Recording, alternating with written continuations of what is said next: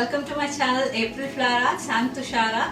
Today I'm gonna share with you my recipe for dhania chicken or coriander chicken. It's a chicken curry with a delicious green gravy consisting of coriander leaves. It's a requested recipe from one of the viewers. So let's have a look at the ingredients first. I have here half a kg of chicken. I have already marinated it with a teaspoon each of turmeric powder, black pepper powder, salt and lemon juice, 2 cups of sliced onions, a bunch of coriander leaves along with the stem, about 10 to 20 curry leaves, it's optional, and 3 to 4 green chilies or as per your taste, 1.5 tablespoons of garlic paste, a tablespoon of ginger paste, a tablespoon each of garam masala powder and coriander powder, a teaspoon of cumin seeds, some whole spices such as bay leaf, 1-inch stick of cinnamon, 5 to 6 cloves. To make the chicken curry, I have here a pan heating up with about 2 tablespoons of oil. When the oil heats up, we'll add the cumin seeds first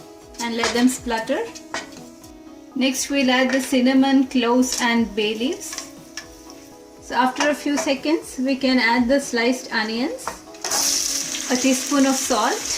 We'll saute the onions until they get a light brown color. So the onions have got a slight brown color. So at this point we can add the marinated chicken pieces. I have spread the chicken pieces in the pan. Now we'll cover it and let the chicken cook for about 5 minutes under medium heat. So it's been 5 minutes now. At this point we can add the garlic paste and ginger paste and mix it in with the chicken pieces really well. After about 2 to 3 minutes, when the raw smell of ginger garlic paste goes away, we can add the coriander powder and garam masala powder. So at this point, if you're not using green chilies, you can add red chili powder. So we'll mix the spices and the chicken very well. So now we'll cover it and let the chicken cook for about 10 to 12 minutes over medium heat. So while the chicken is cooking, we'll blend the coriander leaves, green chilies and curry leaves into a fine paste with little water. It's been about 10 to 12 minutes now. The chicken has almost cooked to 90%. At this point, I'll add the coriander paste.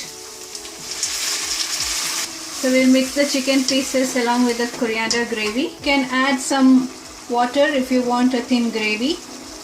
I have added about half a cup of water. Let the chicken cook in the coriander gravy for about 5 minutes now.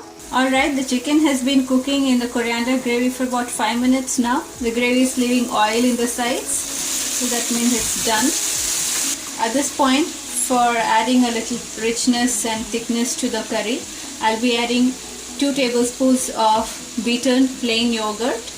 Alternatively, you can even add coconut milk or coconut cream or even cashew paste or heavy cream. So I have lowered the heat to a minimum.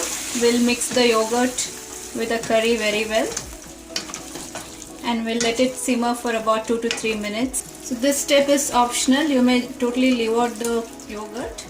Alright, the chicken curry is all done. As a final step, I like to squeeze in some lemon juice or lime juice, because we have not added any tomatoes to the curry. For the tanginess, we need to add some lemon juice. Finally, I'll finish it off with a teaspoon of sugar. So this will bind all the flavors and enhance the flavor of the chicken curry. Mix it in and switch off the stove. The coriander chicken is all done. The chicken is really very juicy and yummy. The coriander gravy smells amazing and very delicious. You can serve this coriander chicken curry with some steamed rice or your favorite bread. So tell me in the comment section below which chicken recipe you want to see next. If you liked my recipe for coriander chicken, please hit the like button, subscribe to my channel. Until next time, it's bye from me. Thanks for watching.